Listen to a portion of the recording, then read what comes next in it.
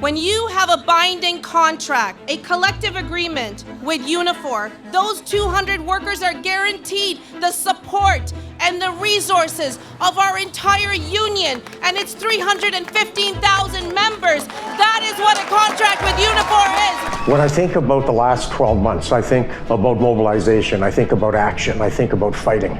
I think about our members from Local 200 that work for NEMAC in Windsor, and how we mobilized and how the leadership and activists from across the country came to Windsor and walked the picket line and stood in solidarity with our members. As I walked through, I saw members from our healthcare sector.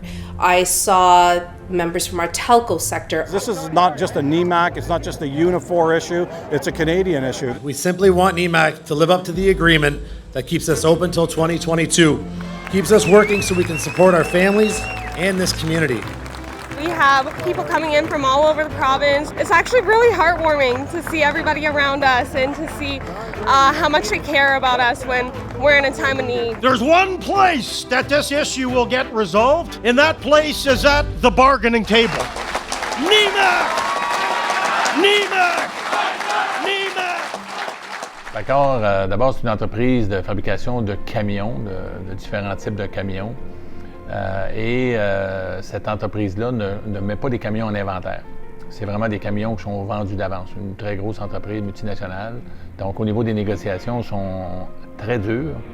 Et si le contrat n'est pas signé, la convention collective n'est pas signée à la journée d'expiration à minuit, bien, c'est un lock-out automatique. Ils l'ont fait dans le passé, ils l'ont fait encore cette année. Donc, deux enjeux majeurs dans ce conflit de travail-là, dans ce lock-out-là. Un, le régime de retraite à deux vitesses. Quand tu réalises que tes confrères ont mieux, puis que toi, tu as moins pour faire le même travail, bien, ça devient frustrant. Et les gens avaient décidé de corriger le tir parce que cette entreprise-là, c'est une multinationale qui fait beaucoup d'argent.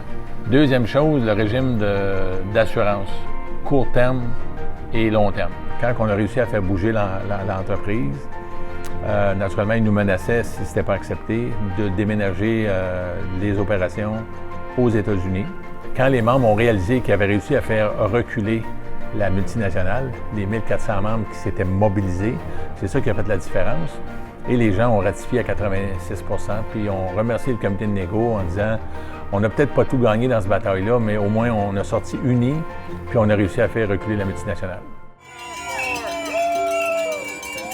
On a eu une conférence à Niagara Falls en février 2019.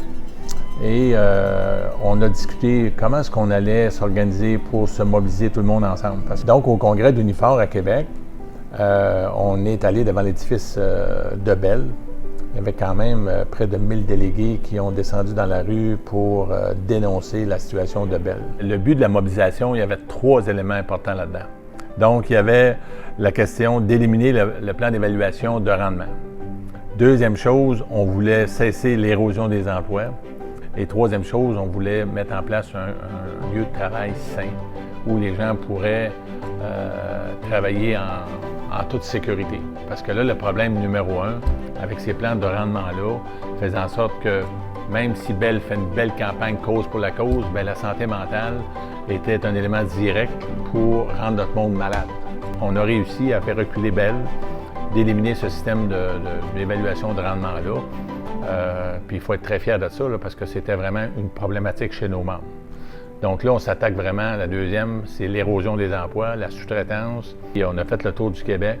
Il y a eu de grandes sorties de nos membres, que ce soit à Sherbrooke, que ce soit à Saint-Jérôme, Montréal, Gatineau. Je pense qu'on a fait la démonstration que assez, c'est assez. Puis il va falloir que Bell mette en place des solutions pour cesser l'érosion des emplois.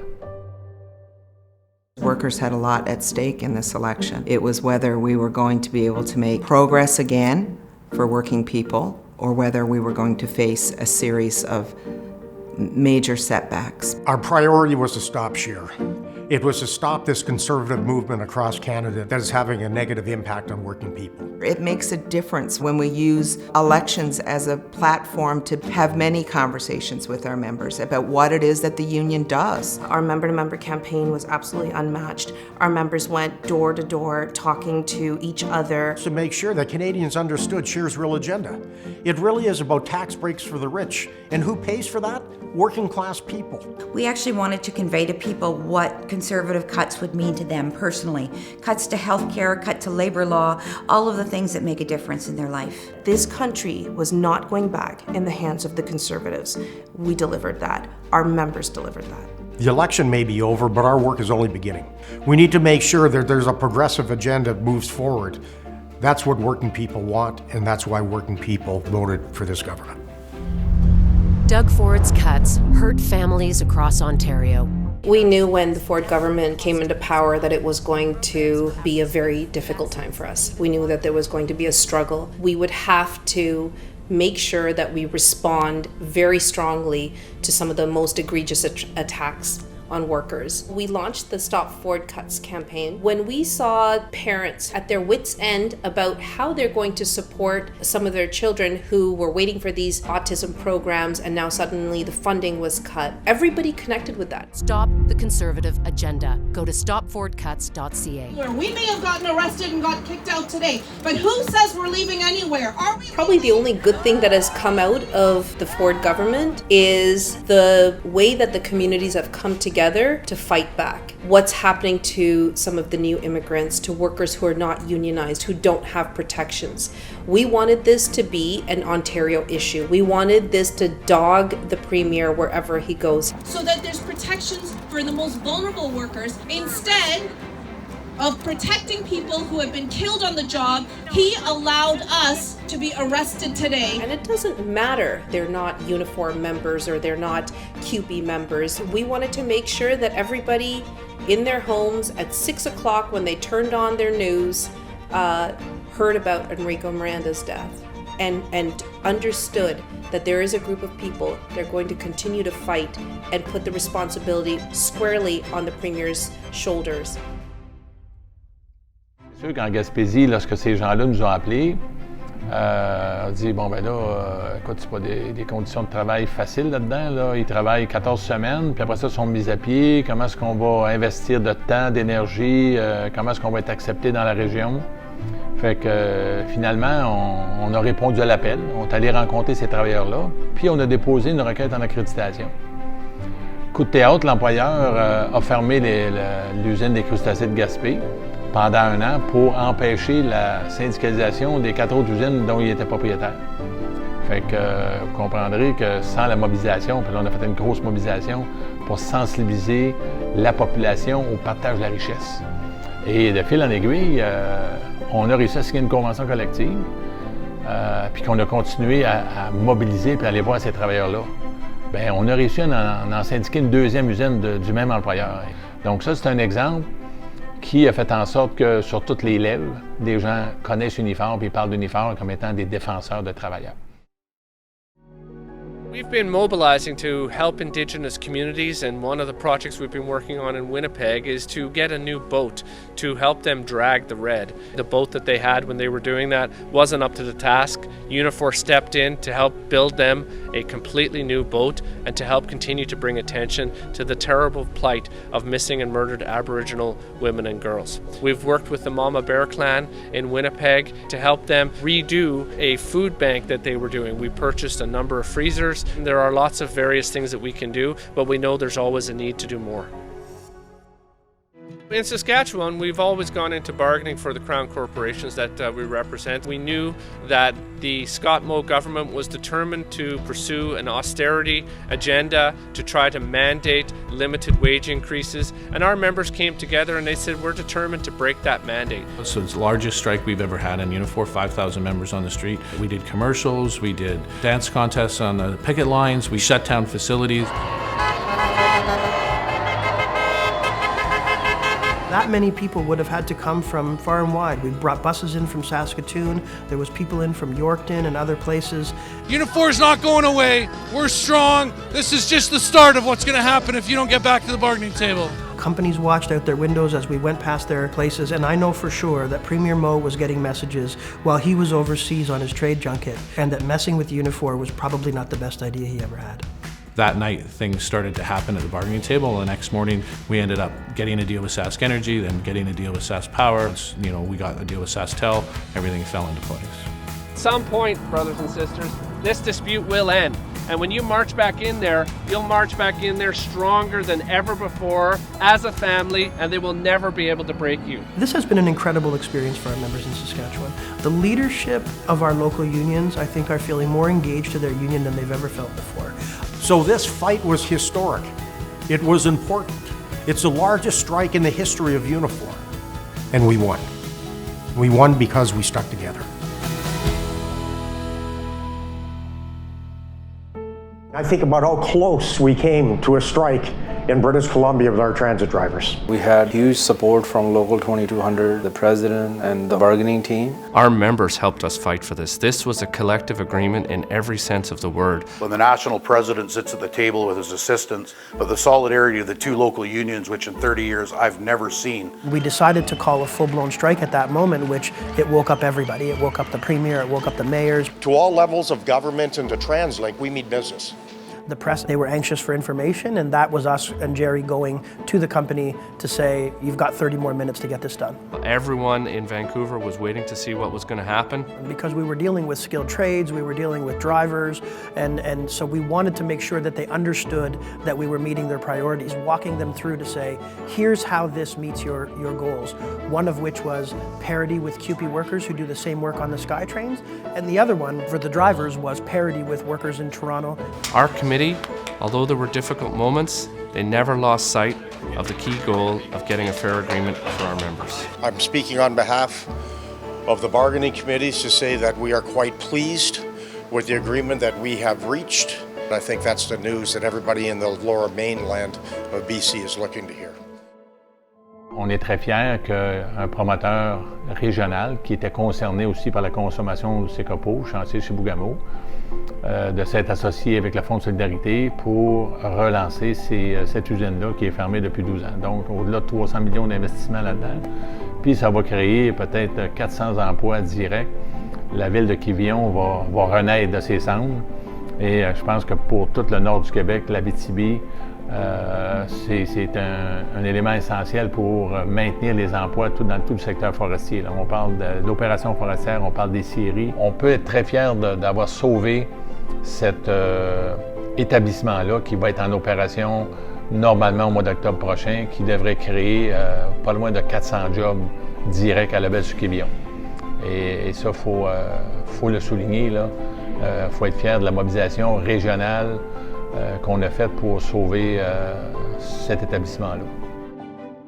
When members' jobs are at stake, when their livelihoods are in jeopardy, when their community can be devastated by effects of what employers are doing, we mobilize. In December of 2019, we were anticipating the Nova Scotia government to come to a decision that would have a huge impact on our members from Local 440 at Northern Pulp.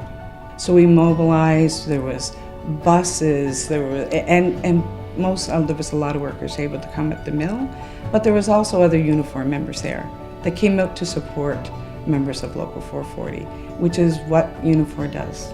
We help each other.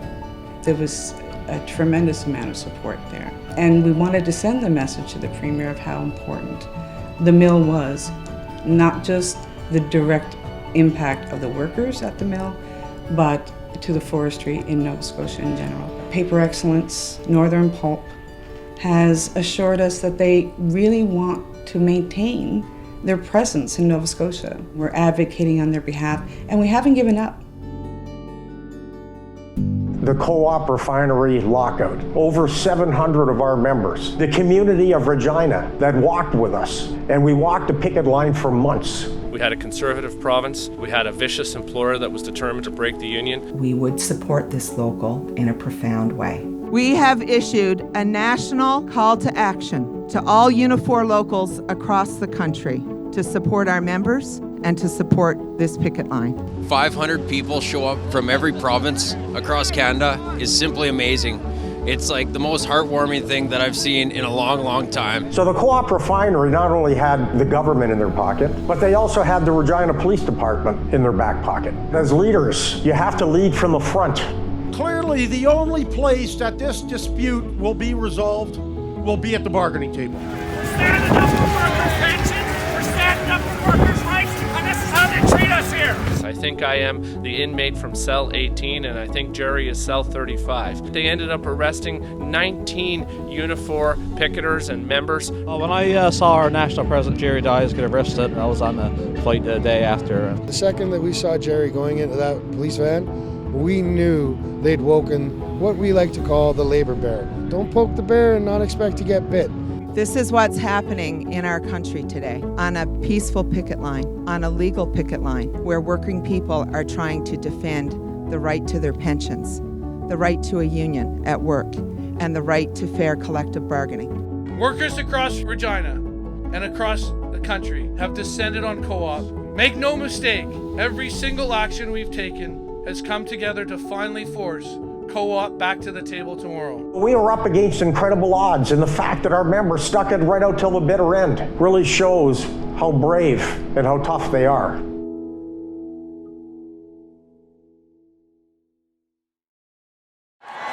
It's a beautiful day for a rally, but it's not a beautiful day to have cuts to education and public services by this government. Shame! A few months after Carsland, we saw them introduce one of the most unconstitutional bills that we've ever seen in Canada, Bill 1. This would make it illegal to even protest on the sidewalk. Jason Kenney engaged in the largest layoff of workers across the country through the COVID crisis. He decided that all of the educational support staff, 25,000 people who are supporting the kids through school, were not needed anymore. In the middle of the summer, at the height of the pandemic, Jason Kenney decided it was time to get even with unions. Bill 32 is the most significant attack on union collective bargaining and rights across the country that we've seen in decades. Every province across the country will start introducing these kinds of pieces of legislation because they want to weaken unions. So our message to Jason Kenney is, you want to fight, you've got it. Northwood and Halifax ended up in a devastating circumstance with the pandemic. And when you have a shoestring of staff, that leads to problems. We were the epicenter of a very bad outbreak of over 200 people. 99 staff members were infected. There was 53 deaths of residents. The impact that had on our members. Think of their mental health. Those residents were ones that they cared for, that they loved, that they treat as family, and they were dying. They're like extended family, the residents, and we lost so many. I think there was one weekend where there was 5 deaths. So our members walked into Northwood facility every single day, knowing that it's ground zero. That is a COVID hero. This entire sector has been completely decimated by COVID-19. We have been talking about this for years. We have brought the issue forward to the government with our Care Not Profits campaign. And one thing that Doug Ford and his government need to know is that we're not going to stop. La COVID, là, ça nous a pris tous par surprise, nos sections locales. We had to watch as workplaces all across the country started to close down. Within a matter of weeks, 1/3 of our membership had experienced a job loss. We had to represent our members like never before. Knowing how dangerous this disease was, how easily it was transmitting from person to person. It was going to require all hands on deck in terms of the leadership, creating our COVID-19 task force, making sure that we knew exactly what was happening to our members. I've done more interviews here in the comfort of my living room and started to push a real progressive agenda, ensuring that money were put in workers' pockets immediately. Right as essential service workers needed to get to and from their jobs, TransLink, the regional transit authority in Vancouver, decided that they would lay off 1,200 transit drivers. We decided to make sure that we mobilized, and we wanted to tell the story. And our members gave us the stories. They went and shot videos of themselves. My name is Desiree Gill and I'm a transit operator with Unifor. Julie Hansen, I'm a member of Local 111. And ultimately we were successful. Every single one of those 1,200 workers had their layoff notices rescinded. It was a tremendous victory. Hi everyone, it's Emily from 1106, confirmed case of COVID-19. Our members really gave us some incredible insight to what they were dealing with on a personal, daily basis. Women and workers of color, Indigenous people, people who were potentially struggling before the pandemic were now struggling more so, and they were more at risk. I'm very proud of the work that we did in pushing employers and pushing the government, frankly, to put into place pandemic pay. And we're here today in this virtual rally out of respect for our workers in the grocery stores. The respect that our members are shown from consumers certainly are not shown by the corporations. And I think about how our members and the manufacturers pivoted and led during the pandemic. We were able to get face shields and gowns and masks, and those were actually Unifor workplaces. They were workplaces from the auto sector. They were able to manufacture PPEs. For us in Unifor, it was a really proud moment. Beaucoup d'appui de notre service juridique, de notre service de santé et sécurité, de notre service d'éducation qui a été mis en place, du personnel de communication, des représentants nationaux, en fait tout le personnel qui a été mis à contribution pour aider au maximum nos dirigeants et dirigeantes de section locale et naturellement nos membres. We had major problems in Canada prior to COVID-19. A low-wage economy in some sectors, a social safety net that for decades had been ravaged by cutbacks. The government now needs to realize how critical the manufacturing sector is to the health and growth of this economy. We are not going to stop advocating and fighting and mobilizing because of a pandemic. But I've been so proud of Unifor. We've stepped up like never before in this year. Though we are not in the same room sharing our solidarity, we are all together in hearts and minds and our soul. Be safe, and I'll see you soon.